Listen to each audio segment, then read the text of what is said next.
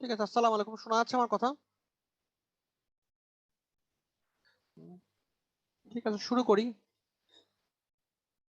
স্টুডেন্টরা তো কম কেন? হুম,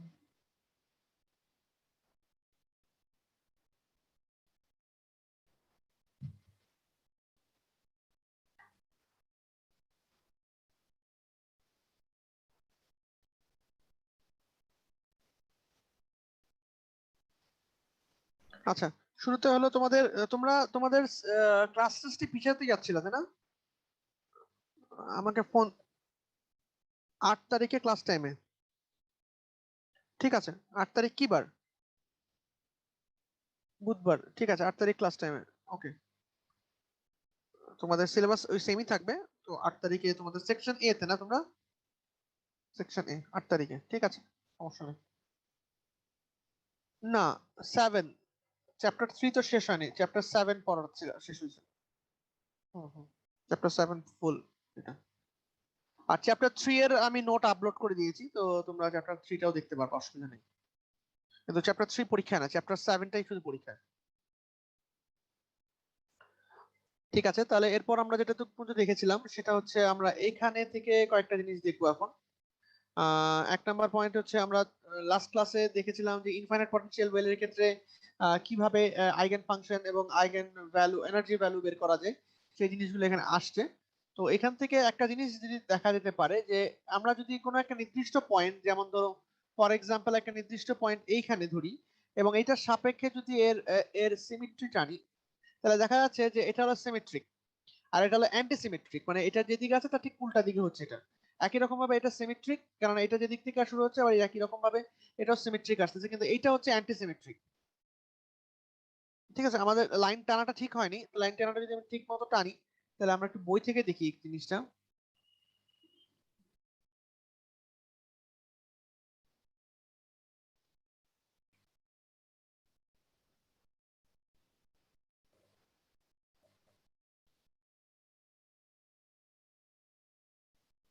তাহলে সিমেট্রিক টার্ম গুলোকে আমরা বলতে পারি ইভেন প্যারিটি, আর অ্যাসিমেট্রিক টার্ম যেগুলো আছে সেই টার্ম গুলোকে আমরা বলতে পারি অড প্যারিটি। তো আমরা যদি দেখি তাহলে ইভেন প্যারিটি হচ্ছে তোমার এই যে দেখো, this are the even parity. যেমন ধরো এই যে এইটা বরাবর যদি সিমেট্রি টানি, এবার সেন্টার অফ সিমেট্রি যদি এই পয়েন্ট হয়, তাহলে এই পয়েন্ট বরাবর যদি আমরা দেখি, তাহলে দেখা যাবে যে এই পয়েন্ট বরাবর এইটা হচ্ছে ইভেন, মানে বোথ সাইডের সিমেট্রি সেম। আর এটা হচ্ছে অড, কারণ এখানে অ্যান্টি সিমেট্রিক টার্ম চলে আসতেছে। তো সেন্টার অফ সিমেট্রি যদি আমরা এটাকে ধরি, এটার সাপেক্ষে যদি আমরা চিন্তা করি, তাহলে দেখা যাবে যে এই দিকে যে টার্মে আছে তার ঠিক উল্টা দিকে বা অ্যান্টিসিমেট্রিক টার্ম চুরি হচ্ছে। তো এই জন্য যেটা বলছি সেটা হচ্ছে তোমার যে টার্মগুলা তোমার সিমেট্রিক টার্ম, সেই টার্মগুলোকে আমরা বলতেছি যে পুরো টার্ম সিমেট্রি অফ ওয়েভ ফাংশনকে বলা থাকে প্যারিটি। আর যে টার্মগুলো হলো সিমেট্রিক সেগুলোকে বলতেছি আমরা ইভেন প্যারিটি। আর যে টার্মগুলো asymmetric, antisymmetric not asymmetric, antisymmetric, সেগুলোকে বলতেছি আমরা অড প্যারিটি।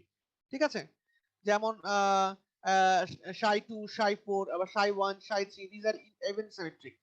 এখন কোন একটা ইলেকট্রন, যদি একটা electron in a quantum well absorbs or emits electromagnetic radiation, its polarity changes। অবশ্যই, কারণ ধরো কোনো একটা ইলেকট্রন যদি তোমার এই পজিশনে থাকে,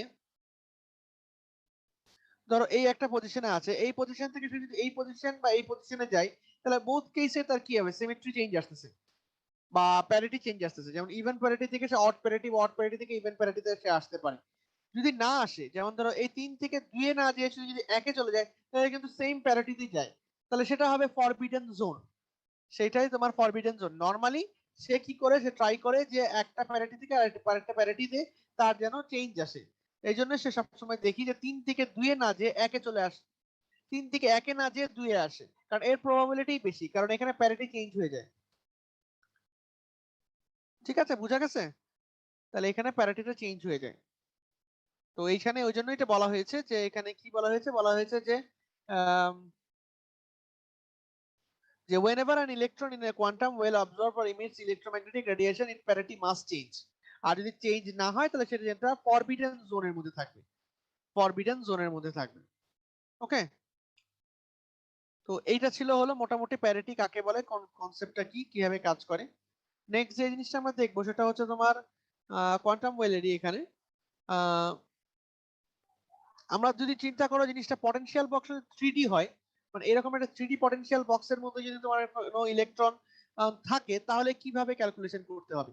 আমরা আগে যেটা দেখেছি সেটা হলো কি একটা 1D পটেনশিয়াল বক্স।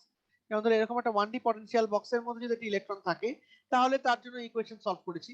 এখন এই 1Dটা যদি তোমার 3D পটেনশিয়াল বক্সের মধ্যে থাকে, এই জিনিসটা একটা 3D পটেনশিয়াল বক্সের মধ্যে যদি থাকে এই ইলেকট্রনটা, যেমন ধরো ইলেকট্রনটা এরকম একটা 3D পটেনশিয়াল বক্সের মধ্যে আছে, তাহলে সে কি করতে হবে? সে যদি এক্স অ্যাক্সিস না, ওয়াই অ্যাক্সিস এবং জেড অ্যাক্সিস, তিন অ্যাক্সিস বরাবরই মুভ করতে পারবে।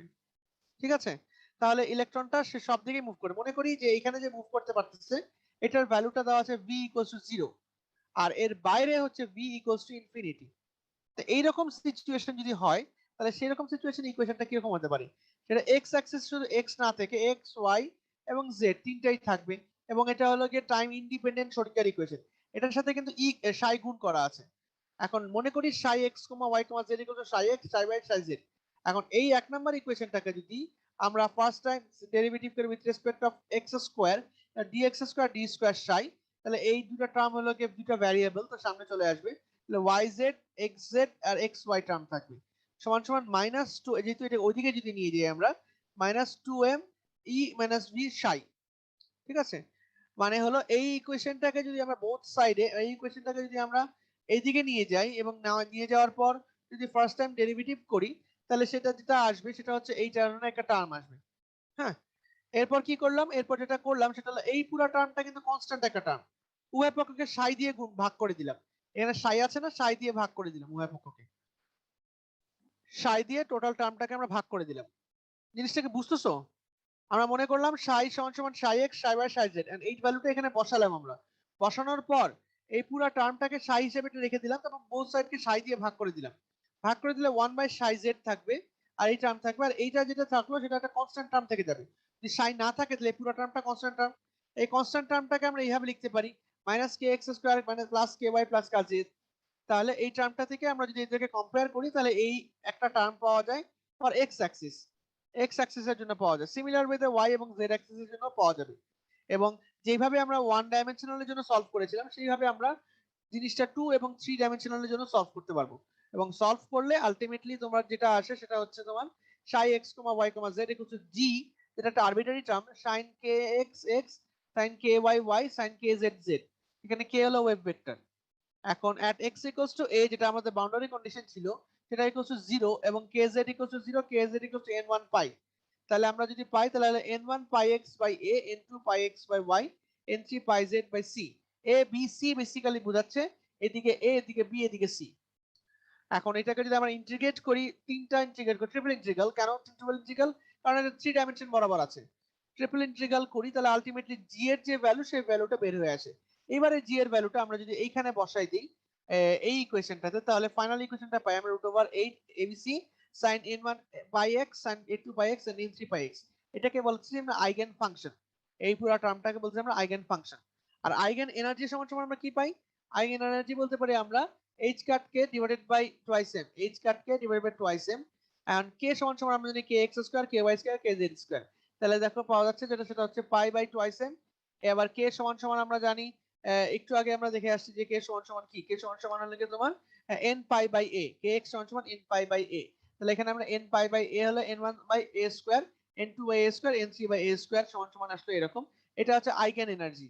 আর ইনসাইড দ্য বক্স, বক্সের ভিতরে যদি তুমি আইগেন এনার্জি বের করতে চাও, তার ভ্যালুটা হচ্ছে তোমার E equals to V plus, মানে potential energy plus kinetic energy. Kinetic energy half M V square by H cut square দিয়ে আমরা এটা পাচ্ছি। তাহলে আলটিমেটলি E সমান সমান আমরা পাচ্ছি এটা n1 square by a square, n2 square by b square, n3 square by c square. And a b c যদি সমান হয় ফর স্কয়ার বক্স, তাহলে আমরা পাচ্ছি capital N equals to n1 square, n2 square, n3 square. তাহলে E1 2 3 সমান সমান এরকম একটা সলিউশন আসে, যেখানে যদি a b c সবগুলো সমান একটা কিউবিক ক্রিস্টাল হয়। ওকে, তো এই হলো প্রমাণ। এই হলো গিয়ে আইগেন এনার্জির প্রমাণ, আর এটা হলো গিয়ে আইগেন ফাংশনের প্রমাণ। ঠিক আছে? এখন দেখো যে n এর ভ্যালু যেটা আছে n1 n2 n3 সর্বনিম্ন হতে পারে 1 1 1। তাহলে 1 1 1 এর জন্য একটা এনার্জি পাবো, এখানে n এর সমান 1 হয়ে যাবে। আবার খেয়াল করে দেখো যদি আমি এটাকে 2 1 1 বসাই এখানে, তাহলে 2 1 1 যদি বসাই এখানে 2, এখানে যদি 1, এখানে 1 বসাই, তাহলে যে রেজাল্টটা আসে 1 2 1 এবং 1 1 2 একই রেজাল্ট পাওয়া যায়। তাহলে কোনো একটা স্টেটের যদি সেম এনার্জি পাওয়া যায় ডিফারেন্ট স্টেটের জন্য, তাহলে সেই স্টেটগুলোকে বলা থাকে ডিজেনারেসি অফ দ্যাট এনার্জি লেভেল। ওই এনার্জি লেভেলের ডিজেনারেসি বলা হয়ে থাকে।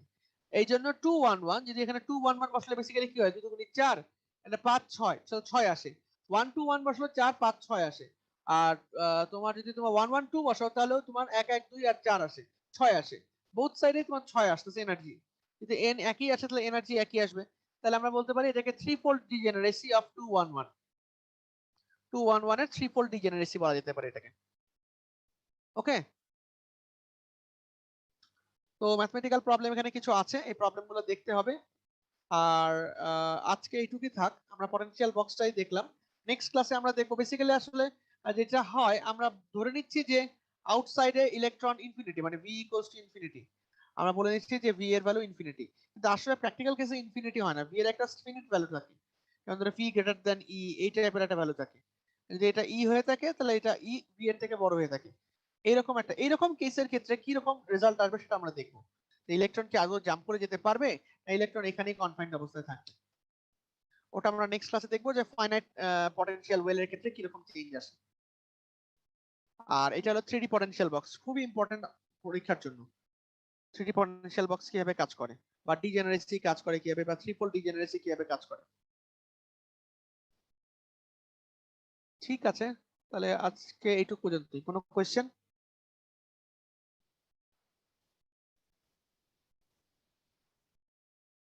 এটা বুঝতে কারো সমস্যা আছে, কারো এটুকু মতো বুঝতে?